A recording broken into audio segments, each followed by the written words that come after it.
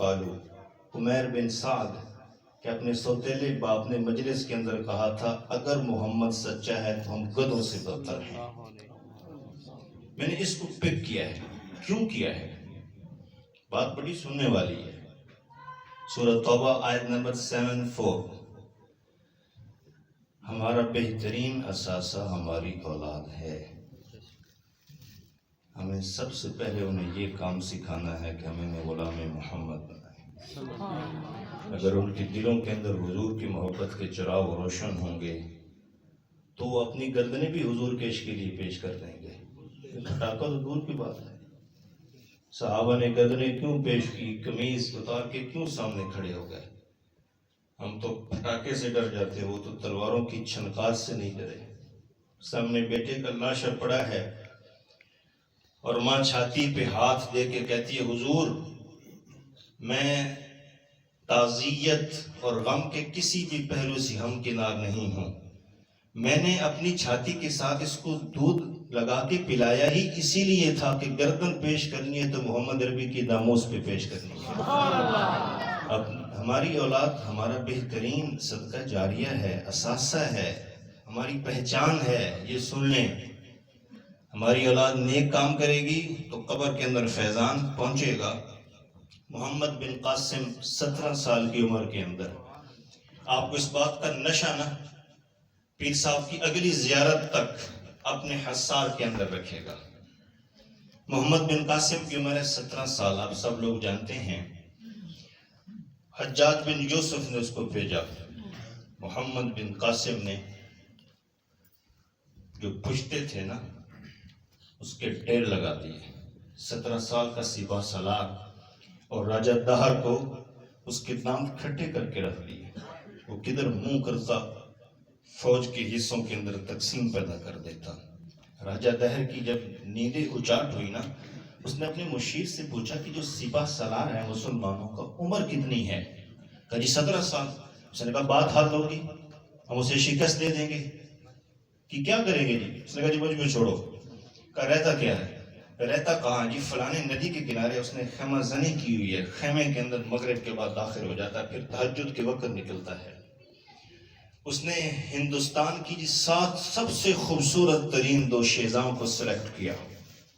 Selection کرنے کے بعد بھڑکیلے لباس پہنائے، ان کو زیبائش آرائش سے گزارا، ان کا میک اپ کروایا، ان کو ہار پہنائے گئے، زیورات سے آراستہ کیا گیا، ان کو سندل اور کستوری کا چھڑکاؤ کیا گیا۔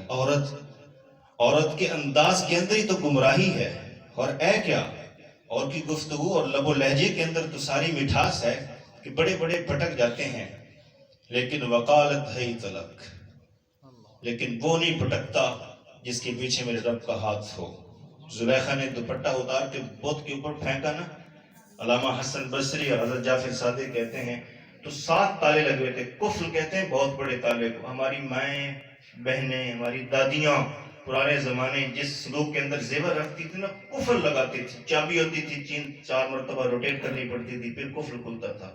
7 دروازے بند تھے۔ تو یوسف نے کہا دوپٹہ کیوں پھینک رہی ہے؟ کہا یہ میرا خدا ہے۔ کہا یہ اندھا ہے، میرا خدا دیکھ رہا ہے۔ کہا تمہیں کوئی نہیں بتا سکتا، کوئی بچا نہیں سکتا۔ یوسف نے کہا یہ بات نہ کرو۔ پھر یوسف دوڑے۔ جب یوسف دوڑتے اور قفل کے قریب آتے، قفل شک ہو کے پھٹ جاتا۔ اللہ نے کہا یوسف دوڑنا تیرا کام ہے، بند دروازوں کو کھولنا تیرے رب کا کام ہے۔ آپ شیطان سے دوڑیں تو صحیح، آپ رحمان کی دہلیز پہ آئیں تو صحیح، آپ غلام محمدی کا توق گلے کے اندر ڈالیں تو صحیح۔ تو ساتھ اس نے 2 شہزائیں ان کو تیار کیا، 20 سے 22 سال عمر تھی۔ سندل کستوری کا چھڑکاؤ کیا، ہاتھوں پہ زعفران لگی ہوئی ہے، پائلوں کے اندر، پاؤں کے اندر پائل ہے، اور قدرتی یہ انداز ہوتا ہے، اندام ہوتا ہے۔ عورت جب چلتی ہے زیورات پہن کے تو پتنی کتنے جو ہیں باسوا وہ بہک جاتے ہیں۔ وہ 7 عورتیں چلتی چلتی ہیں، جو ان کو تکتا رہ جاتا، اس کا سانس اوپر کسی کا نیچے۔ سورج غروب ہو چکا تھا اور عشاء کا وقت تھا، اندر چھوٹا سا چراغ جل رہا تھا۔ 2 شہزادوں نے کہا جی ہم نے محمد بن قاسم سے ملنا ہے۔ دربان اندر گیا، کہا حضور ہندوستان کی 2 شہزائیں آپ سے ملنا چاہتی ہیں۔ کہا جی اندر آنے دیا جائے۔ اندر داخل ہوئی تو چھوٹی سی کٹیا، چھوٹا سا خیمہ، چھوٹا سا ڈیرا کمرہ تھا. اندر داخل ہو گئی، ساتھ کی ساتھ بیٹھ گئی.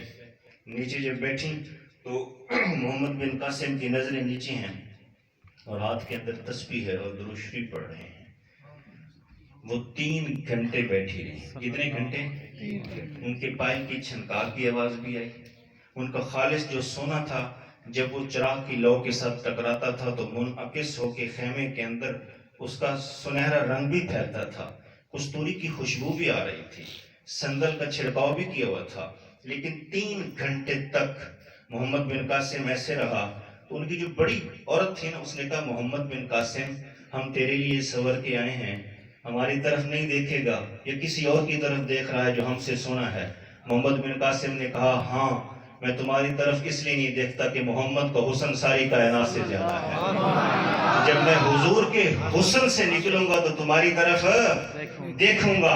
اعظم میرے امام کی روح تڑپی اور میرے امام نے کہا بلبل نے گل ان کو کہا، قمری نے سروے جا فضا، حیرت نے جھنجھلا کر کہا یہ بھی نہیں وہ بھی نہیں. خورشید تھا کس زور پر، کیا بڑھ کے چمکا تھا کمر، بے پردہ جب وہ رخ ہوا یہ بھی نہیں وہ بھی نہیں. اور نزدیک 48 کلومیٹر کے فاصلے پہ ایک نعت گو شاعر آسودہ خاک ہے. اس نے کہا مکہ کی فضاؤں میں، مدینہ کی ہواؤں میں ہم نے تجھ ادھر دیکھا سرکار نظر آئے.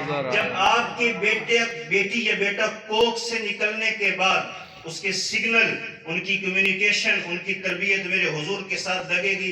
پٹاخے بجتے رہیں گے، شیرینیاں تقسیم ہوتی رہیں گی، ڈھول بجتے رہیں گے، لیکن بیٹا محمد عربی کے خیال سے نکل سکے گا نہیں. اور اعظم چشتی نے کیا خوب کہا تھا، تو اجے میرا یار نہیں ڈٹھا، جن ویکھ کے چن شرماوے، ادھی راتی دن چڑھ جاوے، جو رخ تو نقاب اٹھاوے، جو نکلے سیر کرن نو سارا گلشن سیس نواوے، اتے دھرتی لف لف جاوے.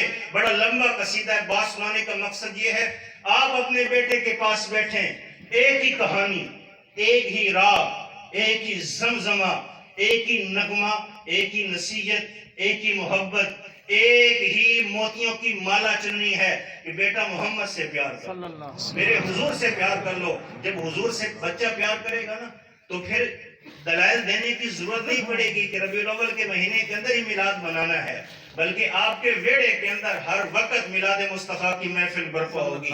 پھر آپ کو دلائل نہیں دینے پڑیں گے کہ حضور نور ہیں یا بشر ہیں. پھر وہ کہے گا میرے حضور ہیں، جیسے میرے حضور ہیں ویسا کوئی ہے ہی نہیں. مثالیں تو اس کی دی جاتی ہیں جس کی مثال ہو، حضور تو بے مثال ہیں.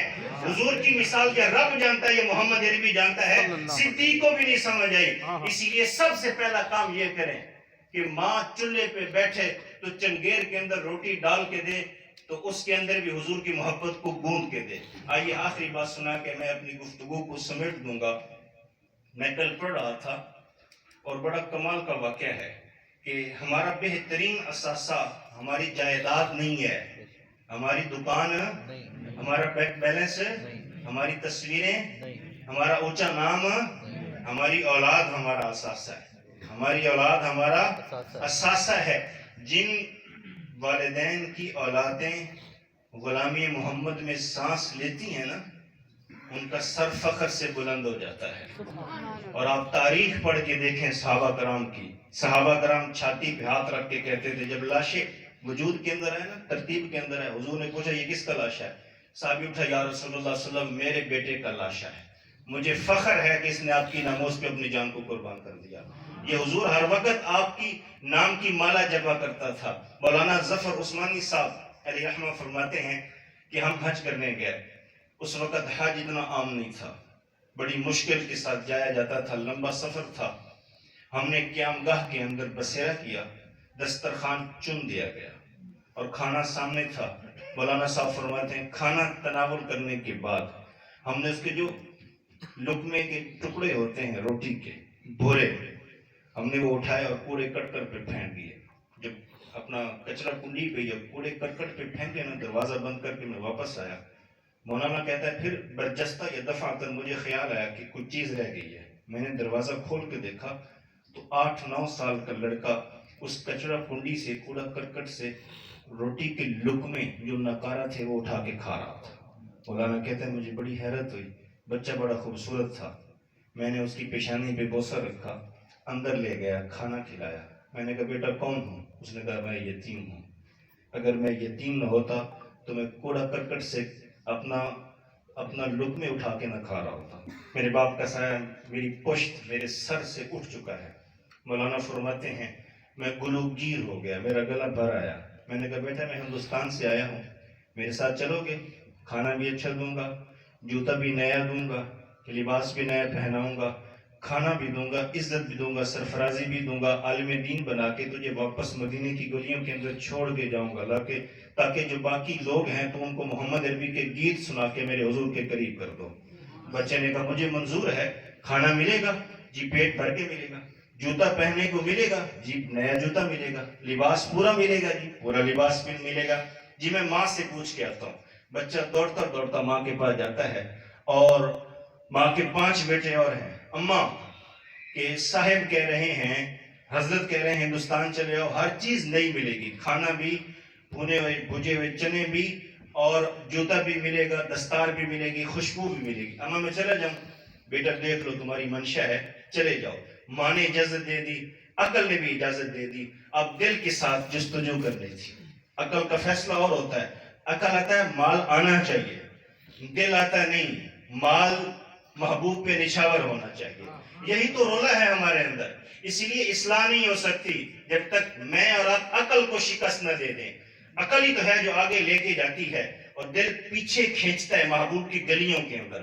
اس نے مولانا کے قدموں کے اندر سر رکھا، مجھے منظور ہے اس معاہدے پہ کہ لباس بھی نیا ملے گا، اس معاہدے پہ کہ جوتا بھی نیا ملے گا، کھانا بھی ملے گا، اور مختلف انواع کے لوازمات کے کھانے کو ساتھ ساتھ پھل بھی میسر ہوں گے۔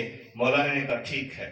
تو اس نے کہا جی ایک چیز ہے وہ میں نے پوچھنی ہے، میں قربان جاؤں اس بچے کی نگہداشت پہ، اس کی ماں پر۔ اس نے مولانا کا ہاتھ پکڑا اور میرے حضور کے گنبد خضرا کے سامنے لے گیا، کہا حضرت نیا لباس ملے گا، جوتے بھی نئے ملیں گے، نئی پگڑی بھی ملے گی، ٹوپی بھی ملے گی، کھانا بھی ملے گا۔ کیا ہندوستان کے اندر گنبد خضرا کی زیارت ملے گی؟ کہا نہیں بیٹا وہ نہیں ملے گی۔ کہا حضرت رہنے دیجئے، جب میرے پاس جوتا نہیں ہوتا میں حضور کے سامنے پیش ہوتا ہوں، حضور نیا جوتا عطا فرما دیتے ہیں۔ حضرت میں پرانا جوتا پہن سکتا ہوں، میں فاقہ کشی پہ خود کو مجبور کر سکتا ہوں، میں ننگے سر پھر سکتا ہوں، لیکن میرے بابا نے کہا تھا پتر ہر گھاٹا برداشت کر لینا، لیکن حضور کی جدائی کا گھاٹا برداشت نہ کرنا۔ میں مروں گا یہیں پر بھی، میں جیوں گا یہیں پر بھی۔ 8 سال کے بچے کے ذہن کے اندر کتنی نزاکت ہے میرے حضور کی غلامی کی، کیا اسے بکنا نہیں چاہیے تھا؟ اس لیے میرا اور آپ کا سب سے بڑا اثاثہ کون ہے؟ ہمارے والدین ہیں، اور ہمارے والدین کے بعد ہماری اولاد ہیں، کیونکہ اولاد کو پڑھانا صدقہ جاریہ ہے، اور والدین کے ساتھ حسن سلوک کرنا یہ بھی صدقہ جاریہ ہے۔ آئیے اس خوبصورت محفل کے اندر میں اور آپ تہیہ کرتے ہیں کہ میری اور آپ کی جب بھی اپنی اولاد کے ساتھ نشست و برخاست ہوگی، ہم نے حضور کی محبت کی ایک لے پلائیں گے۔ یحلفون باللہ ما قالوا، ذہین لوگ بیٹھے تھے، اور منافقین نے جلاس بن سوید کو گھیرے ہوا تھا۔ وہ کہہ رہا تھا جلاس تیرے کھجوروں کے باغات ہیں، اگر تو تبوک پہ چلا گیا تو گرم لو ہے، جلس جائے گا اور تو نے مر جانا ہے، رومیوں نے تمہیں کچا چبا دینا ہے۔ لیکن قرآن کیا کہتا ہے؟ انفروا خفافا وثقالا وجاہدوا باموالکم وانفسکم فی سبیل اللہ ذالکم خیر لکم ان کنتم تعلمون۔ محبوب انہیں کو نکلیں، جیسے بھی نکلیں، اس مرتبہ نکلنا ہے۔ جب یہ واپس پلٹ کے آئیں گے ہم انہیں اتنا عطا فرمائیں گے کہ قیامت تک ان کے خزانوں کے اندر کمی نہیں آئے گی۔ تو جلاس بھی منافقین اور یہودیوں کے ہتھے چڑھ گیا۔ تو ہتھے چڑھنے کے بعد اس کی زبان سے یہ نکلا، اگر محمد صلی اللہ علیہ وسلم سچے ہیں تو ہم گدوں سے بدتر ہیں۔ تو اس محفل کے اندر اس کا بیٹا بھی بیٹھا تھا۔ بیٹا اٹھا، اس نے کہا ابا حضور آپ گدے ہیں اور محمد عربی نور ہے، میں آپ کا ساتھ چھوڑ سکتا ہوں، محمد عربی کا ساتھ نہیں چھوڑ سکتا۔ بیٹا اٹھا، حضور کے پاس آیا، یا رسول اللہ صلی اللہ علیہ وسلم باپ یہ کہتا ہے۔ صحابہ اٹھے، صحابہ نے کہا نہیں یا رسول اللہ، بندہ پکا پیڑا ہے، یہ بات نہیں کر سکتا۔ میرے حضور علیہ السلام جانتے ہیں، لیکن میرے اور آپ تک پیغام پہنچانا تھا کہ جن کی رگوں کے اندر حضور کی محبت سرکولیشن کرتی ہے وہ صرف حضور کی جانب ہی جھکتے ہیں، وہ وہ کسی اور رشتے کی جانب نہیں جھکتے.